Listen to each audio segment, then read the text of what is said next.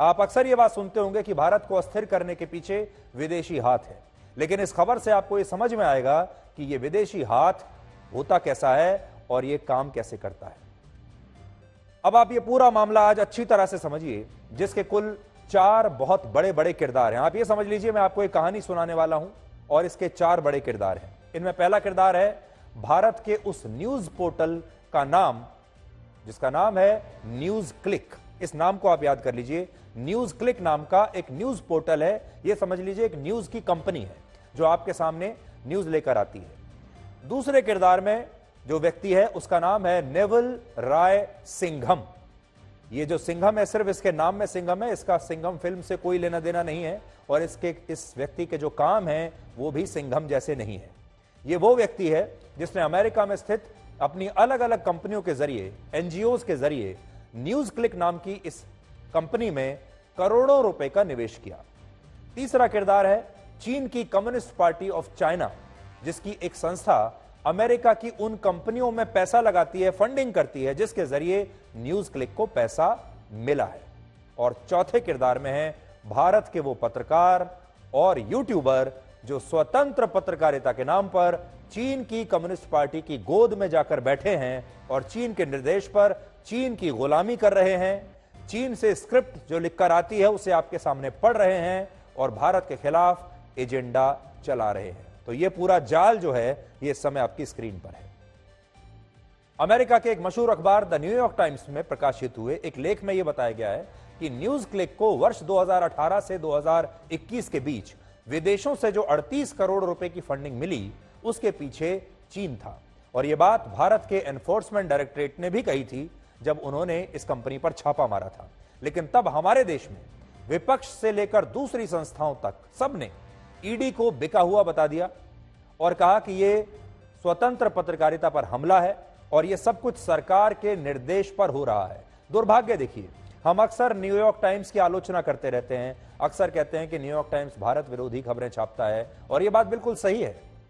लेकिन जब हमारे देश का एनफोर्समेंट डायरेक्टरेट कुछ बात कहता है तो हमारे देश में कोई नहीं मानता, कहते हैं अरे ये तो सरकारी संस्था है, झूठ बोल रही होगी। लेकिन जब वही बात न्यूयॉर्क टाइम्स जैसा अखबार कहता है तो सब मान लेते हैं। और न्यूयॉर्क टाइम्स ने क्या किया है, उसने एक बड़ा इन्वेस्टिगेशन किया है जिसके जरिए यह पता चला कि चीन अलग अलग देशों में, अलग अलग देशों के मीडिया संस्थानों में अपना पक्ष रखने के लिए पैसा लगाता है और उन देशों के मीडिया को खरीद रहा है। और उन देशों में भारत का नाम भी है जहां चीन मीडिया को खरीद रहा है। यह खुलासा जिस न्यूज क्लिक नाम की कंपनी को लेकर हुआ है उसका असली नाम है PPK news click studio private limited और यह कंपनी 11 जनवरी 2018 को रजिस्टर हुई थी।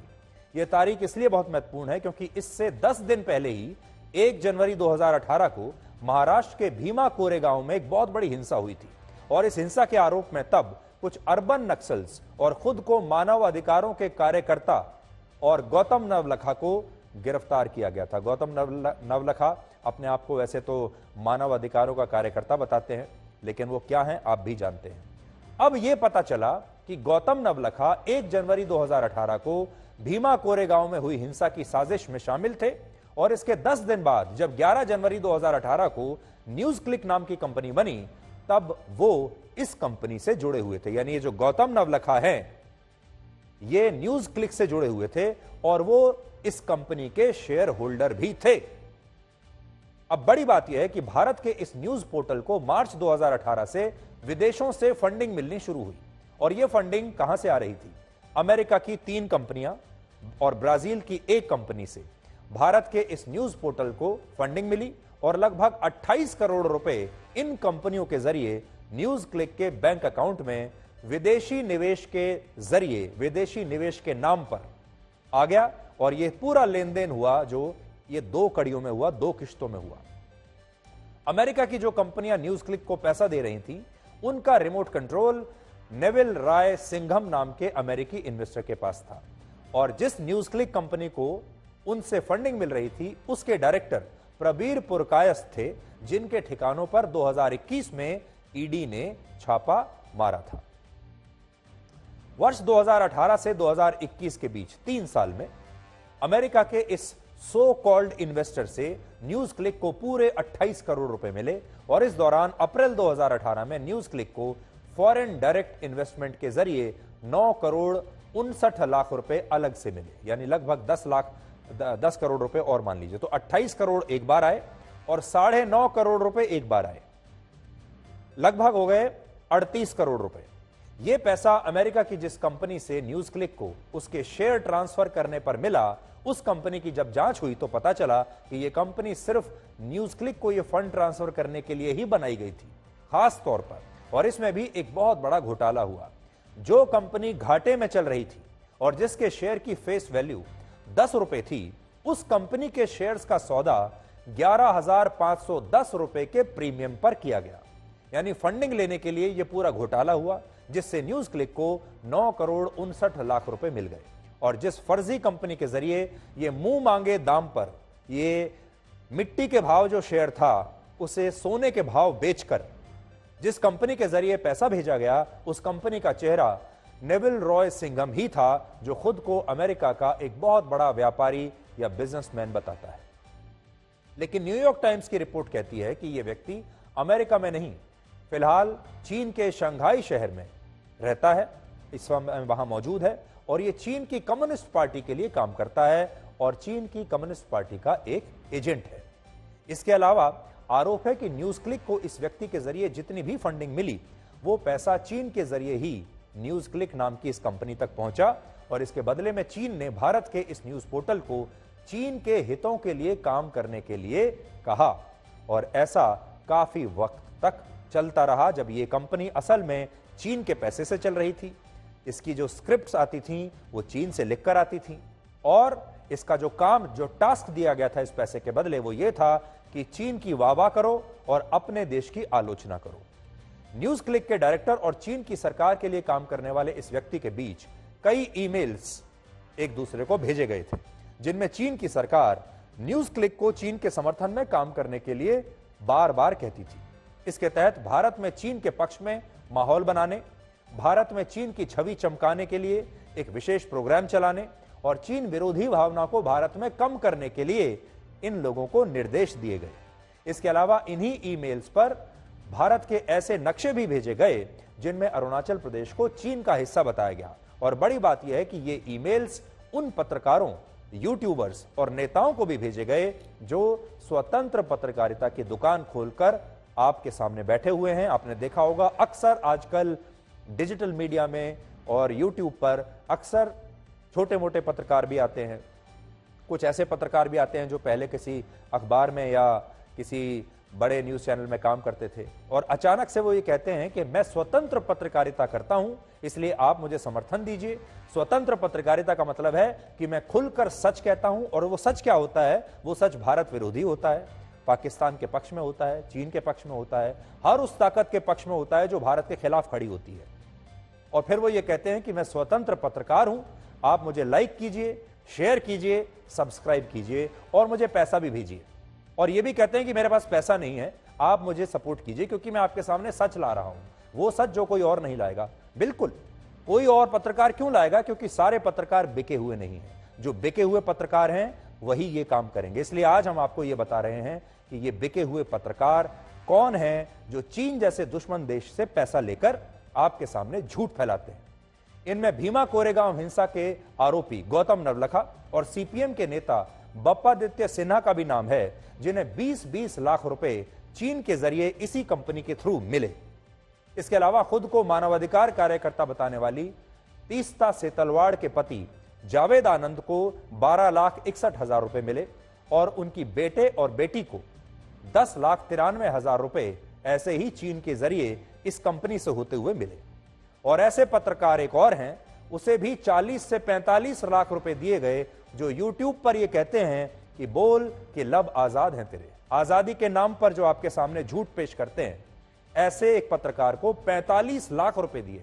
नाम इसलिए नहीं बताना चाहता कि नाम बताया तो उसका कद बहुत बढ़ जाएगा, इस लायक नहीं है। लेकिन इन पत्रकारों का सच ये है कि ये चीन की गोदी में बैठकर काम करते हैं और इनकी तनख्वाह, इनका अप्रेजल, इनका बोनस, सब कुछ आप तय नहीं करते। ये कहते तो आपसे ये है कि आप तय करेंगे, आप लाइक करेंगे, सब्सक्राइब करेंगे तो इनको पैसा मिलेगा, लेकिन ये सब कुछ चीन से तय होता है, पैसा लेते हैं चीन से और आपको कहते हैं कि हम आपके लिए काम करते हैं, हम स्वतंत्र पत्रकारिता करते हैं। एक कड़वा सच यह भी है कि जिन यूट्यूबर पत्रकारों को और न्यूज पोर्टल पर चीन से फंडिंग लेकर काम करने के आरोप हों, वो डिजिटल मीडिया और पत्रकार असल में चीन का एक गुलाम मीडिया है। इसका नाम हमने गुलाम मीडिया रखा है, जिसने सोशल मीडिया और यूट्यूब पर भारत के खिलाफ नफरत का पूरा की पूरा एक शोरूम कह लीजिए, दुकान कह लीजिए या मॉल कह लीजिए, ये खोल कर रखा है। इसलिए आज आपके सामने एक नया गठबंधन लेकर आए हैं।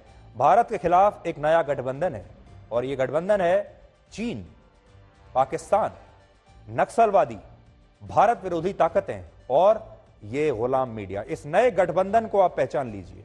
ये जो गुलाम मीडिया है सबसे नीचे, ये आपसे यही कहता है कि मैं स्वतंत्र पत्रकारिता करता हूं, लेकिन आप आज खुद अपने दिमाग पर जोर डालिए। ये जितने भी स्वतंत्र पत्रकारिता करने का दावा करने वाले लोग हैं, इन सब की भाषा आपको भारत विरोधी ताकतों की जैसी मिलेगी। सबकी भाषा और विचार नक्सलवादियों से मिलते हैं, माओवादियों से मिलते हैं, सबके विचार पाकिस्तान से मिलते हैं, चीन से मिलते हैं। ये कोई इत्तेफाक नहीं हो सकता, ये इत्तेफाक नहीं है।